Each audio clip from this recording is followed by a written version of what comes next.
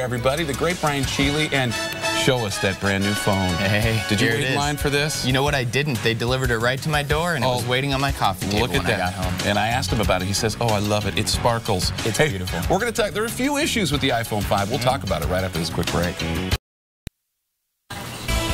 All right. Good morning, everybody.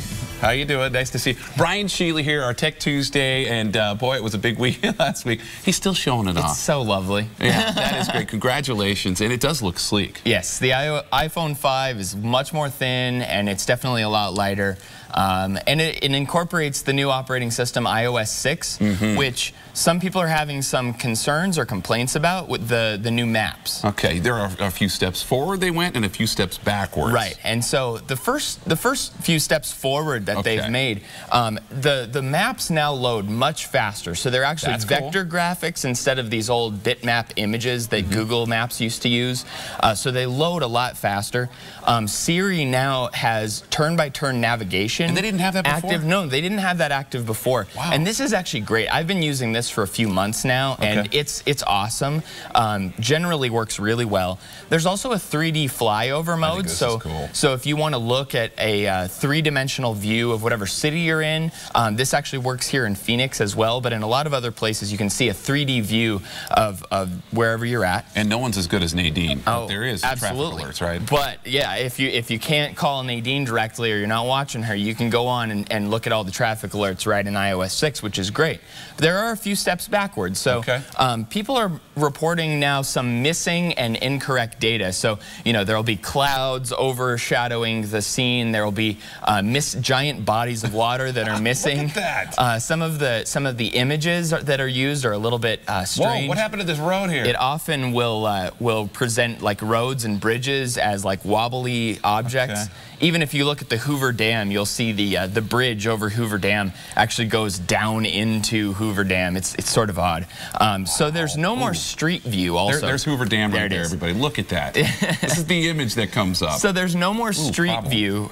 Google Maps used to have street view. There's no more of that, and there's no more transit information. So you can't find like your local train or your bus station times or anything like that without using an additional app. It's not available in the actual application anymore. There are ways to improve this then, and you're here to tell everybody. Here's how you alleviate the problem. So a lot of people ask, how do you go back to Google Maps? Go to maps.google.com in your browser, and it'll take you to the mobile version of Google Maps. And there's a little button there that will tell you how to install the app onto your home screen. So you can just slide over and then add a link to Google Maps onto your home screen, and boom, there you go. It's ready to go for you right on your phone.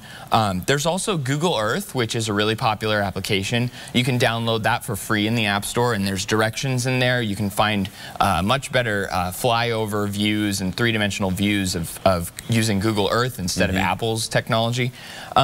And then the other option here would be to either buy a GPS app for your phone, which they're readily available. You can go search for them. Pretty inexpensive too. Yeah, in general they are. Or you can just wait. Google is rumored to be releasing their own version of Maps for iOS 6. It's probably a ways out. The CEO's kind of said it's not really waiting in the wings right now, but it could be coming out soon. And I'm sure they're trying to make improvements. Yeah, definitely. And one of the things, if you find issues with the maps, there's a little button to report a problem. So if you do notice an issue, report it to Apple and help them fix their We got a problem with the Hoover Dam, folks. Yeah, I think somebody should tell them about that for sure. All right, Brian Sheely, thank you so much for joining us. Show off that phone one more time. Look at this thing. It's just gorgeous. We got more information on our website. Always free, CBS5AZ.com. Thank you, Brian, for all the great advice here. All right, more of the CBS 5 Morning News will continue right after this.